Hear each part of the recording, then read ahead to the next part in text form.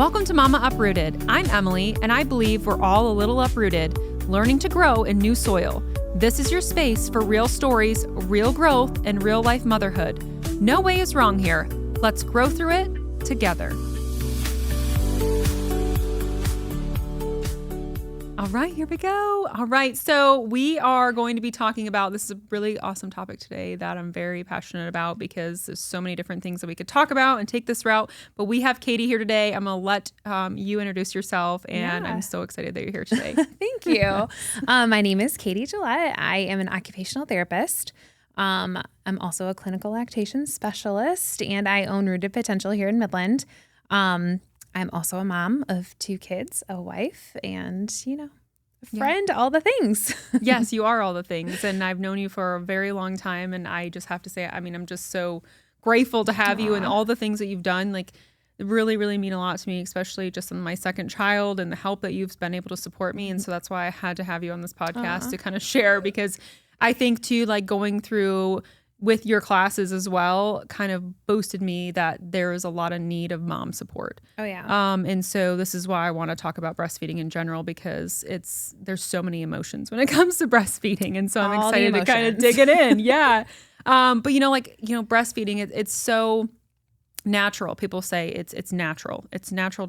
But for me, and I've told you a little bit too, it was literally my first baby, extremely terrifying to the point that I honestly was like, I don't want to do it. But I remember like the pressures of society and my mom just being like, it's beautiful. It's the best thing ever, but I was literally shaking, like scared, like so scared of the pain, the failure, the pressures around me.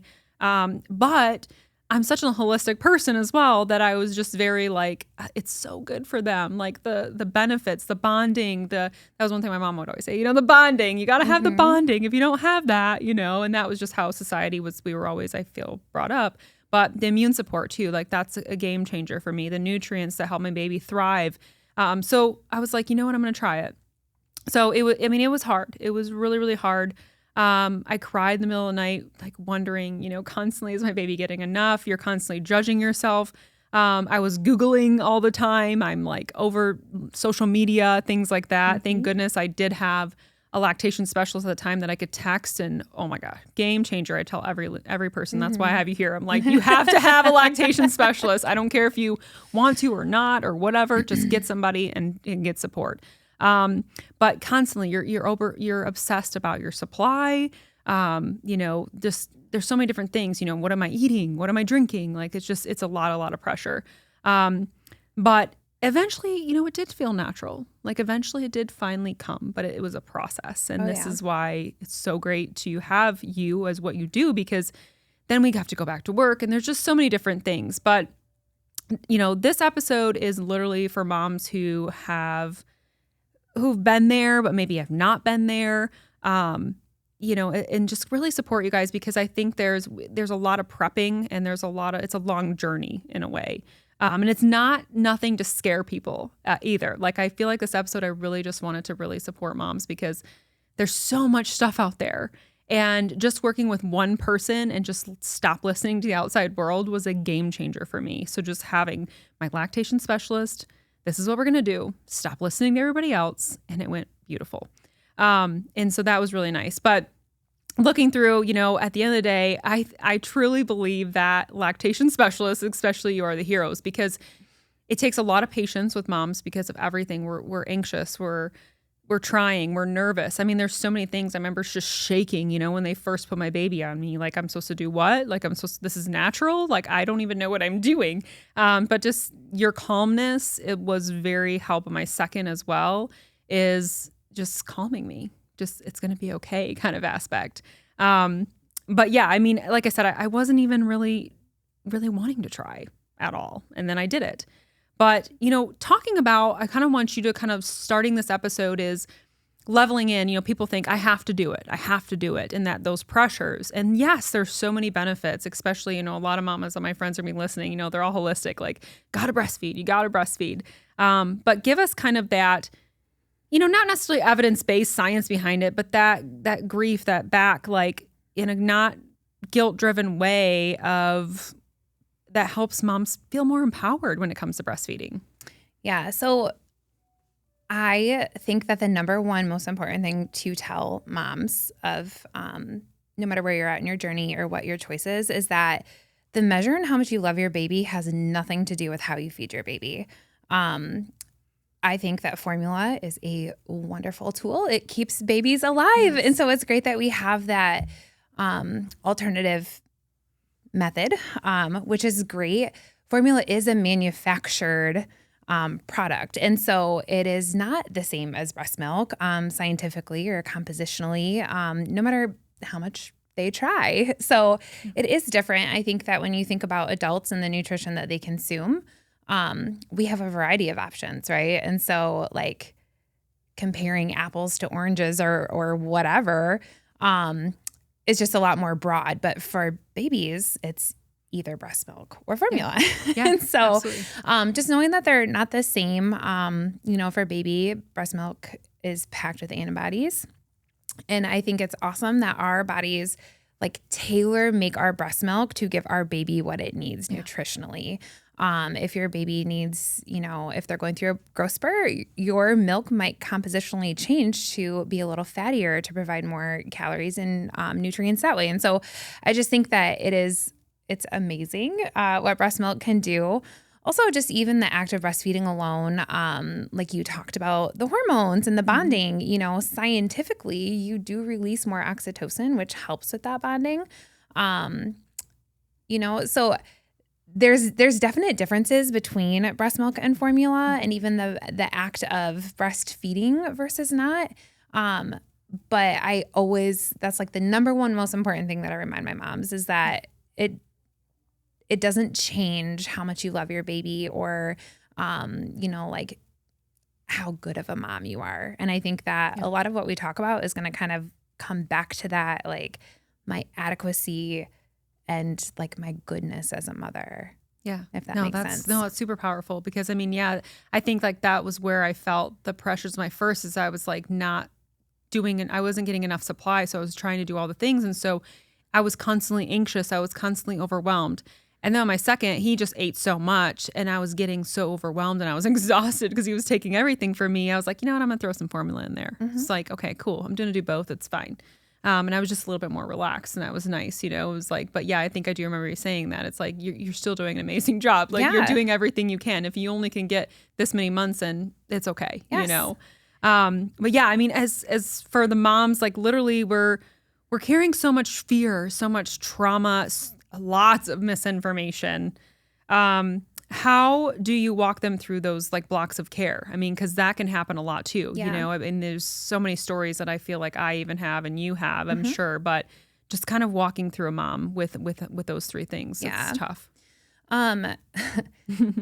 Fear is a big thing. And it's a big thing across like every topic, every facet of motherhood. And my kids are 7 and 9 now, and I still am fearful of certain things just in the stage of life that they're at. So that doesn't necessarily change. And I just think that it's definitely what we're exposed to in the society that we live in, unfortunately. And, you were talking earlier about like the pressures of breastfeeding. Well, there's also pressures to formula feed. And I think that we don't see that quite as much. But I think in approaching a mom or talking to a mom in terms of like, how do I walk her through that? I listen and I see her and I listen to what she wants. If someone is coming to me because their baby is having a hard time taking a bottle and they are formula feeding and they do not want to breastfeed, there's no way that I'm going to push the agenda of switching to breastfeed on them because that is not their goal, you know? And I think that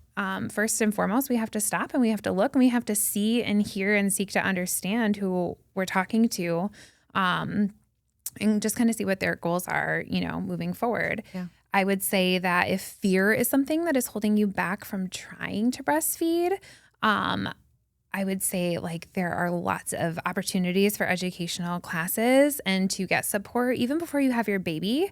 So if that is something that you're, any of the listeners are experiencing, I would really encourage, them to reach out to a lactation specialist, even their OB office and say, hey, I would like to take some breastfeeding classes, or do you know of any IBCLCs or lactation specialists, or is they're a midwife or a doula or, there's so many opportunities for resources. But I think that when we wait until that postpartum period, we are so like zonked, Yes. like you don't have the mental capacity sometimes or even the emotional capacity to stop and say like, I need help. I don't know what I'm doing. Yeah. And so I think to kind of be proactive if fear is the issue. Now, sometimes, basic anatomy can keep you from breastfeeding.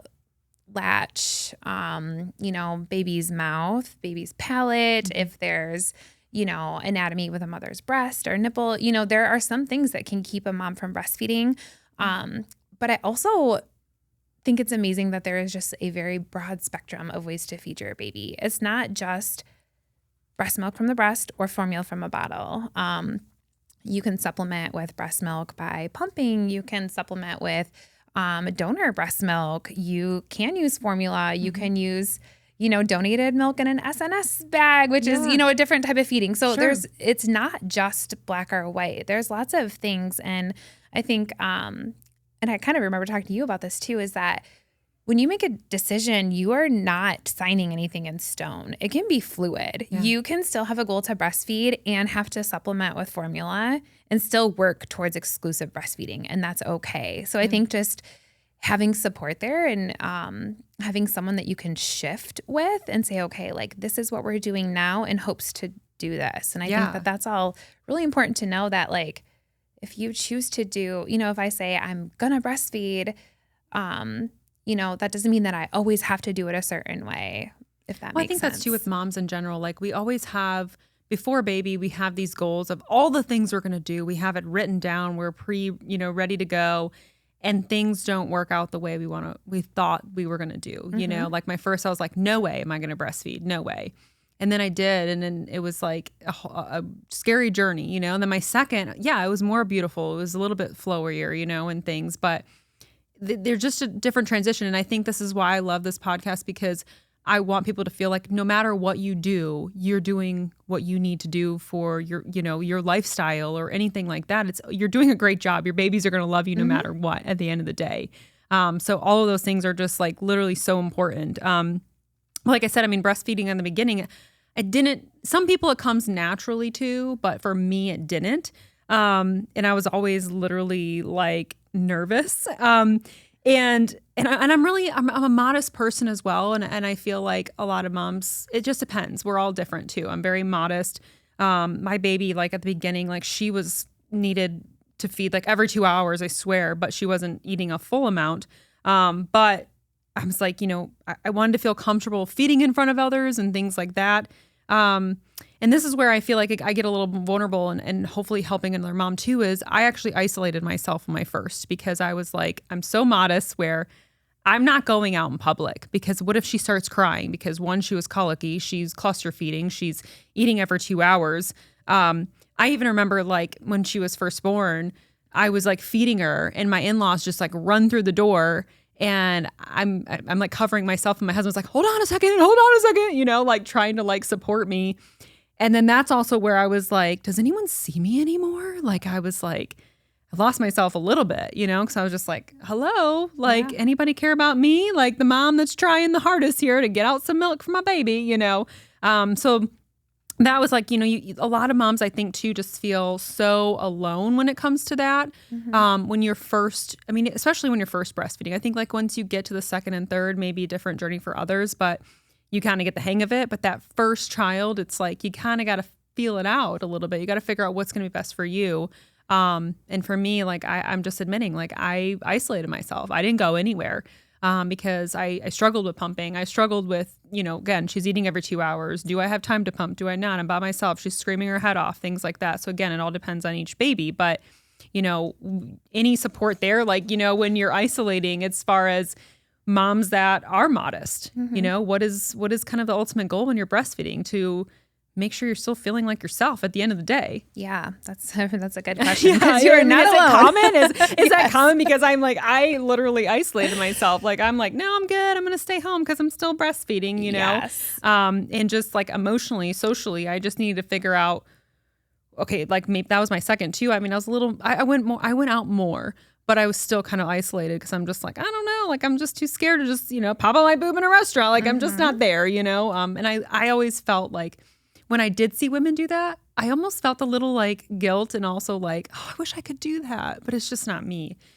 So how do we help mamas with that? It's something that I feel like it is totally normal because again, society, it's just not normal. I remember even going like something I thought about on the way here that God put in my head. It was like, I remember this woman, we were at the zoo and the baby was literally crying its head off and there was like no place to breastfeed a baby. So this poor woman, she's sitting on the bench. It's a hot day. Her boob's just literally out feeding this baby. And I remember her face and I still can see this day. She was just staring like straight out. Like I knew she looked like she probably could have cried at any moment because it was like she knew everybody was staring at her. And that was the other thing. Like I always got that anxiety, like everyone's staring at me. Stop looking at me. Why do we have to stare at women that are breastfeeding? Like it's natural. It is natural. Like leave me the heck alone. Even if I did have myself covered in a blanket, I always felt eyes on me for some reason. Yeah. Yeah. It's interesting that you brought that up at a zoo because would anyone have that feeling if the gorilla was feeding their baby off their nipple? No. No. And I think it's just because we, as a culture, sexualize breasts. And so I think that has a lot to do with it, especially for people who are more modest. Yeah. And there's nothing wrong with that. And just kind of going back to what you were saying, like it is natural. It's such a natural thing. I remember taking a breastfeeding class and a labor class at the hospital before I had my babies, my first, when I was pregnant. And I was thinking like, okay, I really got to pay attention to this labor class because I've got no idea what I'm doing there. And then thinking, well, the breastfeeding is just going to be natural. Like how hard can that be? But it's very opposite for people that walk through that. When you're in labor, your body's just kind of going to do what it does. And yes, there's valuable things to learn about the process and having support, but you're going to get through it one way or the other. Breastfeeding was actually much harder and felt much less natural to me. So I can relate to that. Okay, but, yeah. So I think just for moms that are more modest, this is also another story with my first. I was in the hospital the day after I had him. I had him at like 10 o'clock at night. So the next day we had visitors and, I had friends coming and my in-laws and my parents and my grandma. Like we just had lots of people coming. He was our first. We were so exciting. Yeah. This was pre-COVID. So all the visitors were welcome. And I remember a nurse coming in, she's like, he's hungry, like looking at Grayson. And I'm like, oh, and she must have recognized that I just had this look on my face. Like my room is full of people. Like, and she kicked everybody out of the room. She's like, it's time for him to eat if everyone wants to go wait in the lobby. And I'm like, wow, all it took was her to speak up, like to have a request. And I think that was such a valuable lesson for me to learn even on the first day of my child's life, because it's okay to ask for things that you need, including privacy, including when people come over just to see your baby. Yeah. Because feeding your baby is the priority in that moment. Yeah. And so, that was funny because like my husband's really quiet. So I still always bring up that story because I thought it was really cute because I was like you said, everyone's like so excited, but like I'm in the middle of feeding, but they don't like, I think for them, all their focus is on the baby. They don't think about like, I don't know. It was just such a strange moment. I just remember my husband being like, hold up, like give her privacy, which is very nice that he spoke up for me. And I think same thing. That's when I realized that, I need to speak up and let people know, like, excuse me for a moment. So like, even like at family events, that's my second, I learned to speak up. Like, do you have a room that I could go in like for a second, oh, absolutely. But like, I don't think about those things. And speaking of that, I mean, there are a lot of places. The Midland Breastfeeding Alliance is a great Facebook resource to check out, but they have a list of breastfeeding friendly places in Midland. So like, you can go to a Loons game and they have a nursing room in Dow Diamond. Yes.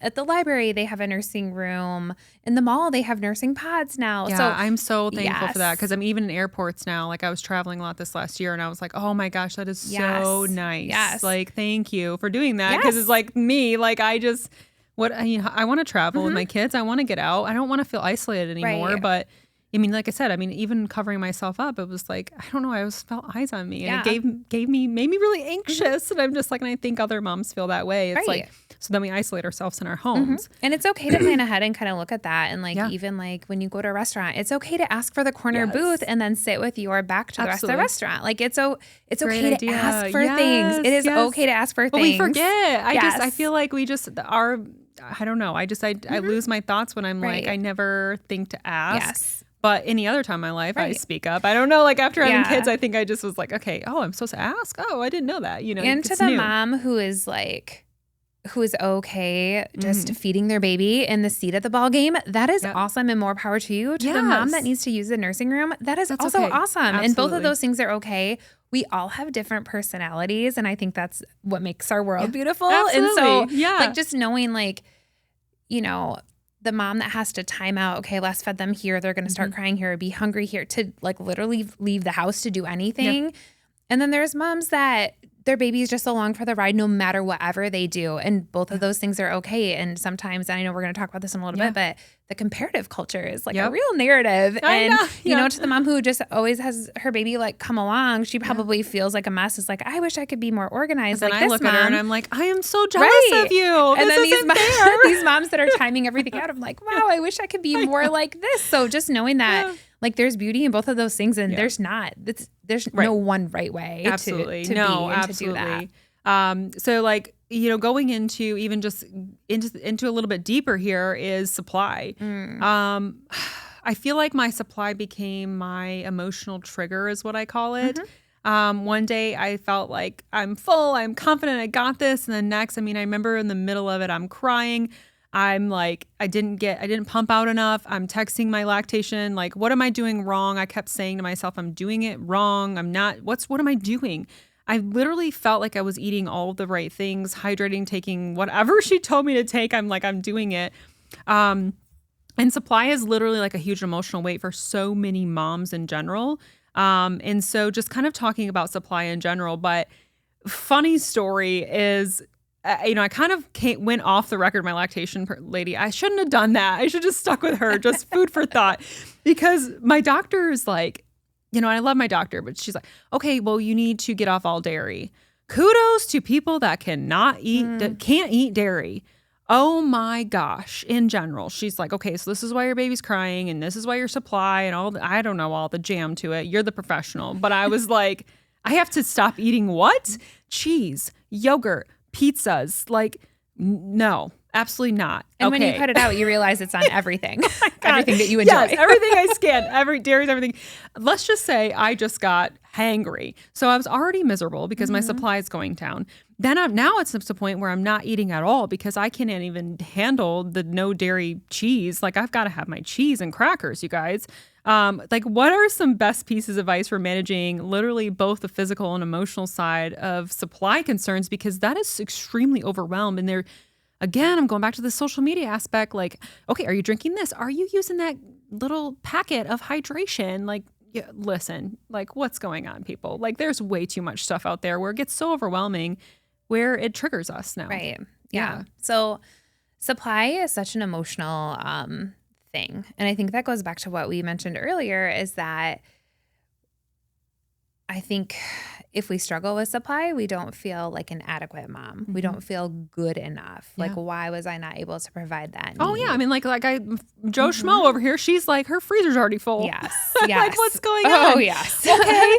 Like, how was I supposed to be? Was I supposed to be stocking? I'm like, then I realized, I'm supposed to be already have a freezer going. Yeah. No. And I think too, we need to remember that your pump is going to pull differently than your baby when your baby is latched. And so whereas your baby may be getting enough, and this is where it's helpful to have a lactation visit, because you can get a weighted feed and you can see how many ounces of milk they're removing. Game changer. Versus, you know, how much some women's bodies don't respond to pumps. There are so many different kinds of pumps, so that's another overwhelming thing. One thing I want to say is that you will be target marketed. Yes, we all are. Like, I can, you know, for example, we just bought a new car. So I looked up, on Auto Trader, and now every other ad in any of my social media platforms are cars. Good old social media. And obviously, as a pregnant mom or a new mom, you're going to be buying baby clothes or looking something up, well, they're listening. So, you know, like they're going to start to market, and what an amazing vulnerable population to market to and to make money off of than new moms, because every mom wants what's best for their baby. You can walk down in any aisle at Target or any store that has bottles or pacifiers, and all of them say like most like breast. Well, those things look nothing like each other. No. I'm like, how is that most like breast, but this is most like breast, but those are different sizes, and that one's long and this one's short. That looks nothing like me. Right. I'm like, that's not me at all. Right. Like, that's what I always would compare myself to. And that's such a great marketing term for moms that desire to breastfeed, but know that they have to return to work, or know that they would like their baby to take a bottle if that's an option. And so in terms of supply, if you are researching like how to up supply or even anything that has to do with breastfeeding, okay, here come the lactation cookies, here come like all these supplements that you can take, all of these things. And then, you know, when you're breastfeeding, I think that a lot of the time you're scrolling, you know, to keep your mind busy, to feel connected to the world. You're scrolling on Facebook. I mean, my first kid, I was always like, okay, my supply was down, and I was like Googling things. This was before like even ChatGPT time. I'm like, listen, like, what do I do? Right. It was so hard. So not only are you have an inkling of a feeling about it, but now it's in your face every 3 seconds, something. And so it causes more anxiety, and then we focus more on what that pump output is, and then your supply can really take a tank from stress and all the things. So just a word on supply, there are a lot of different things that are marketed for increasing milk supply. Some of them are great. Some of them are not going to hurt you, but also probably won't help you either. Yeah. The number one thing that you can do to increase milk supply is more frequent milk removal, which has nothing to do with, you know, this and that's lactation why we need cookie. You. I mean, yeah, absolutely. And that's why, like, I think, like, because my anxiety and stress, I mean, after our hormones, everything can factor into that. So it's like working with one person, stop listening to the outside world, is I lost my hearing there. Is a game changer. Yeah. Because if I didn't have somebody I could text or talk to you or anything, like I was anxious through both babies breastfeeding, like absolutely. And you know, and it doesn't technically, I mean, I hate to say this, but it doesn't get easier. I mean, there's always a shift. There's always a change. Now we have to go back to work. Now we've got a pump in the closet at work, you know, like all the things. So working with you is, I think, a game changer. I mean, every woman needs to at least have a lactation specialist if you're going to want to at least try. Because it should be part of the automatic discharge process from the hospital when you have a baby. Everyone should have lactation. Everyone should have maternal mental health counseling. Pelvic floor PT. Yes, like I could make a list. I of same thing. Yeah, like I mean, I had a postpartum therapist on here. I'm like, okay, you need to be on the list. Like, absolutely, you know. But yeah, I mean, this is so good, so good. But it doesn't get easier, you know. Like I feel like then I had to learn. Okay, so I'm breastfeeding at home. My supply's up and down, up and down. Now I'm going back to work. Now I'm pumping in my car or the closet at work, whatever. That's another struggle because I had problems with like, we're in meetings and I'm like, I've got to go. And like, they're like, oh, what, you want like 15 minutes? I'm like, no, like I probably need like 30 minutes to 45 minutes. Like my letdown doesn't happen for the first 10 minutes. So like that was very hard. So I did notice too, like my supply went down because of like the society shift when I was working. They were like, okay, see you in 15 minutes. I'm like, no, like, now I need some time. So that was difficult because I was like missing out on like some meetings and things too. But I had to also speak up there. That was very difficult. I mean, I would have loved to stay home for the first year with my child and just breastfeed them if I could. But, you know, that was my thing. I wanted to keep pumping. I wanted to keep going.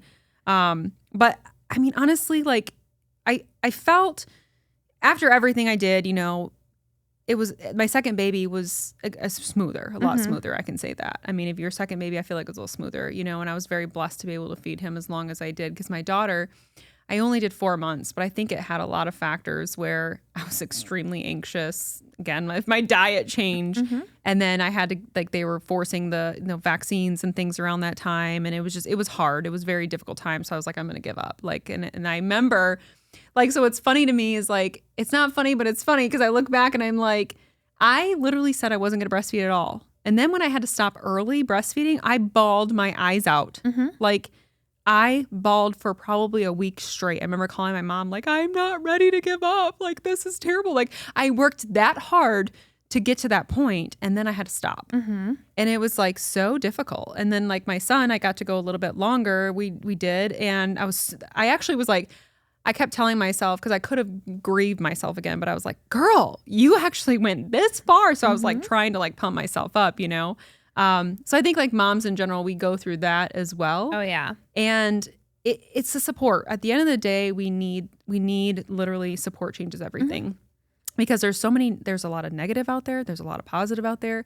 But I mean, and I think you're on the same page. Just get a lactation specialist. Yes. Because, you know, I got a little bit of negative pushback too, like from a family member, and was like, well, I didn't breastfeed and I don't know. And I'm like, well, this is what I want to do, you know? So I love that you say like, ask questions and you listen and you support them. Like, what do you want to do? What does your journey look like? And so I think this even like goes back to like journaling, you know, journaling before you have the baby, like maybe even just like writing down, like, what does your journey look like? What are you wanting to do? Good, bad, the ugly, whatever. I mean, I didn't want to do it, but I was willing to try. And then it ended up being beautiful. So it was a good thing, you know? Yes. I think that one thing that motherhood has taught me personally, and now like after working in this area for over 3 years, because I see it a lot, is, and this, you know, I'm sure Kennedy probably talked about this a lot, and she's amazing.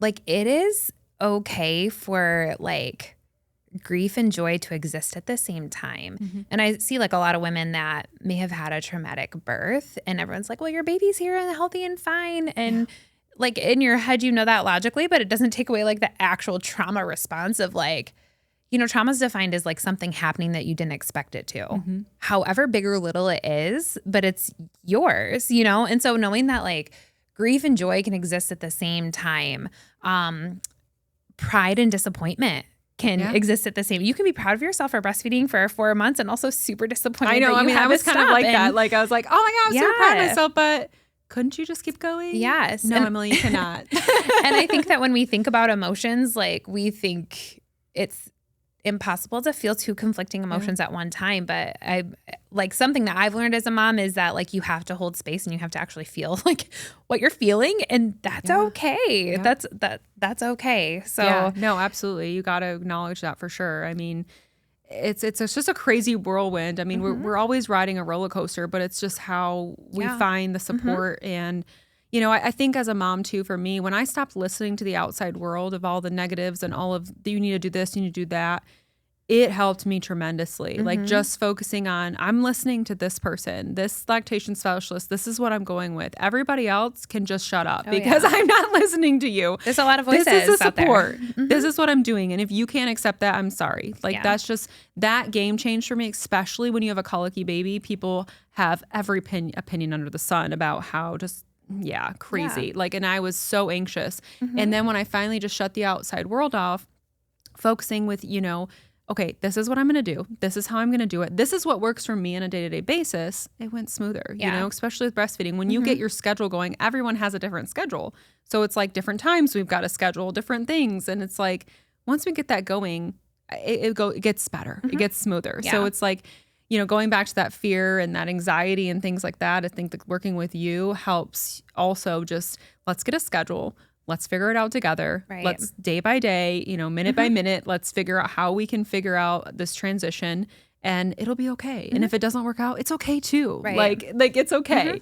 And that's very helpful. Yeah. About those voices, like, and this comes from, I mean, well-intended people, right? Like nobody's wishing you any ill intention, but it is never, ever, ever helpful to hear, just give the baby formula, or just give the baby a bottle, when that is not what you want to do and that is not your goal. Even as lactation specialists, like our number one goal is to feed the baby. We want to make sure that the baby is being hydrated, has enough nutrients. Sometimes that includes formula, and that's okay.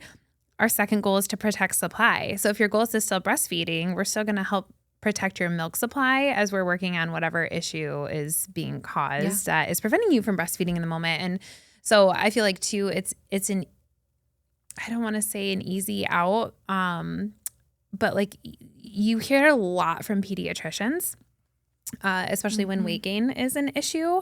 And And I'm not saying that wouldn't be the solution. Right. I'm just saying that we need to look at the options and again, listen to what the mom wants to do and see like, how can we fluidly move between like where we're at and where she wants to be with this journey. That's huge. Yeah. And I just think that is just so important to point no, out. Absolutely. I know. I love that. I mean, it's such a, definitely a hot topic. I mean, because there is like such an emotional attachment to breastfeeding, like we've been talking about. And so, yes, like if the physical problem or if some well-intended person is like, this would be easier, like it might look easier physically, but it's not easier for you mentally and emotionally. Yeah. And I think that sometimes we don't look at all of the facets. Well, and everybody processes things differently and everyone's going to be different. And I think that's just like, I mean, even supporting a friend, I mean, you know, I think asking those questions, like, well, what do you want to do? If a mom is, you know, venting to you about breastfeeding and things like that. I mean, I think at the end of the day, it's always goes back to asking questions. Well, what do you want to do and where do you need support? Right. But I mean, I think you're the real hero because I'm like, I always tell people, I'm like, listen, you just need a lactation specialist and just shut everybody else up because there's just too many voices. And this is how even just like growing up, like, I love my mom whatsoever. And it's like, she's like, everything was just so beautiful and natural and perfect. And it's like, well, for me, it's not. It's been terrible, you know? And so I felt like I was disappointing even my family member. And it was, that's hard too, because everything was perfect for her and it wasn't perfect for me. Right. So we go through those processes, but it's like, again, we're all different. We all need support differently, and that's okay. And that's why, like, again, we're growing differently in different soils at the end of the day. Yeah. But literally, like, you know, like to the mom, I just remember even to the mom, like in the middle of the night, I'm crying, like sitting on the couch. I've been there just like sitting in the dark, sobbing, trying to breastfeed while my husband literally slept snoring next to me. You know, I think that's also a very difficult transition too. You know, you're literally drained and everything, as far as everything feels heavy. You know, what would you say to that mom who's literally in tears right now? Because I think like every mom can relate to this.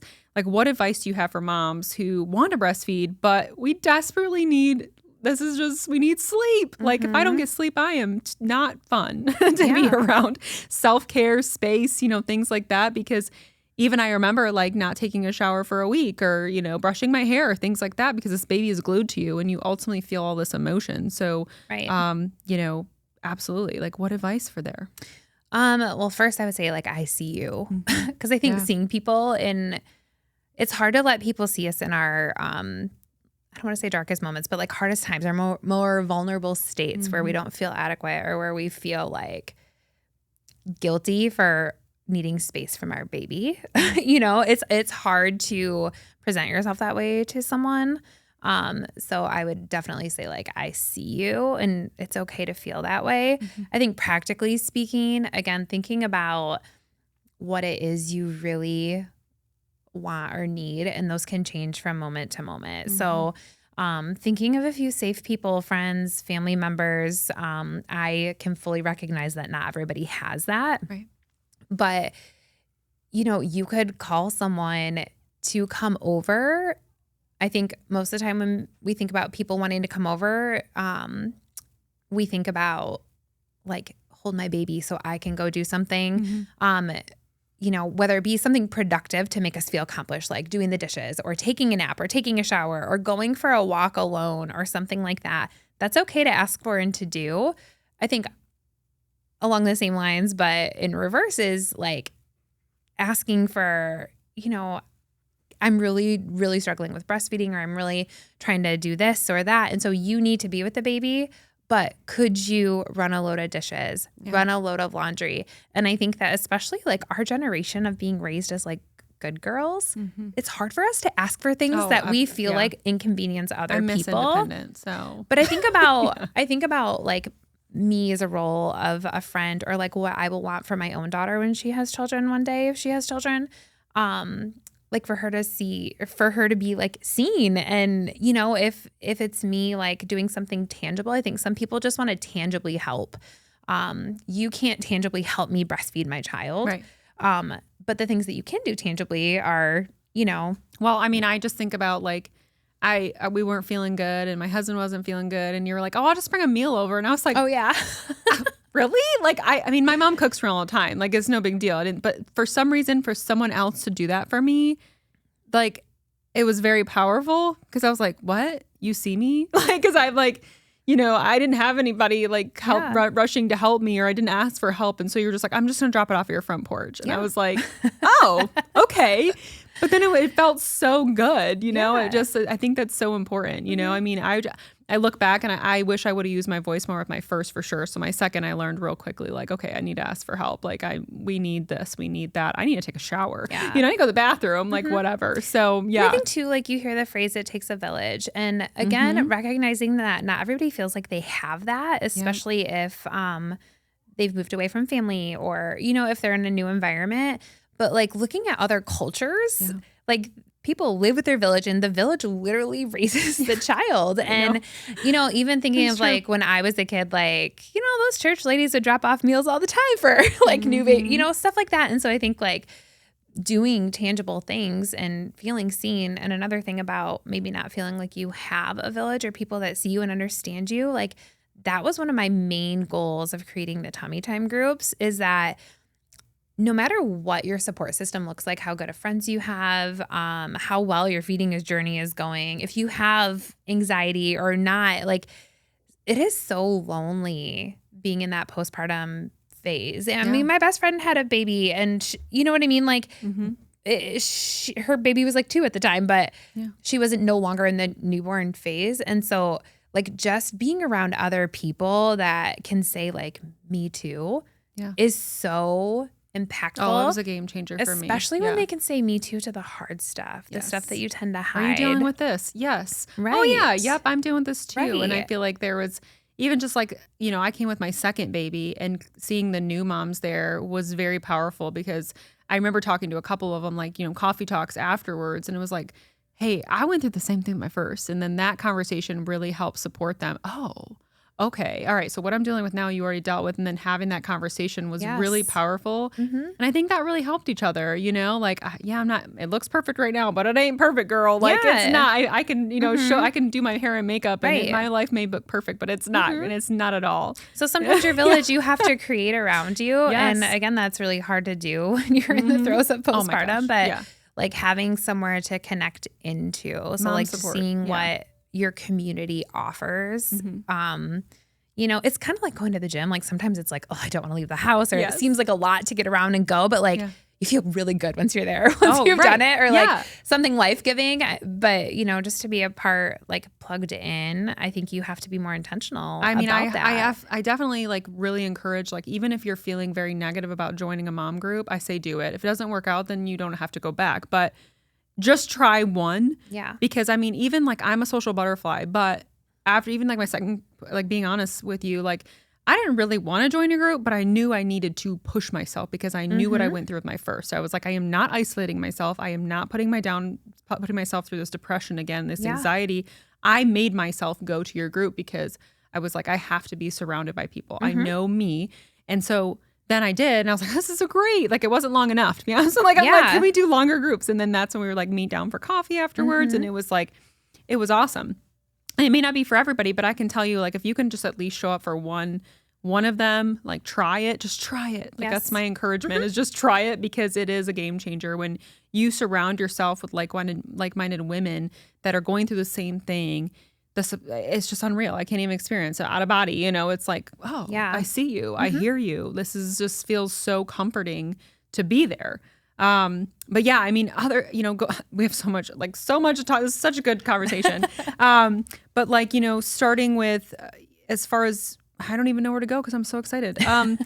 Talking about like really what breastfeeding looks like. I mean, at the end of the day, it's for you, or if it's not for you, that's okay. So we want to just make sure that you guys are all feeling supported. So having a lactation specialist, I think, like I said, game changer. Like, they got to call you. Like, and setting that up before they have the baby too. I think you said, like, reiterating, like, write it down. What is your goals? What are you wanting to do? No, though, I feel like it's always not going to be everything you write down, your birth plan, everything is not going to go the way you want to go. It never is. I feel like, I don't know. Right. Like, that was my flex it in food. And I mean, I've talked to a girlfriend that has 8 kids, and she's like, every baby was different. Yeah. It is what it is. It's all not going to be perfect.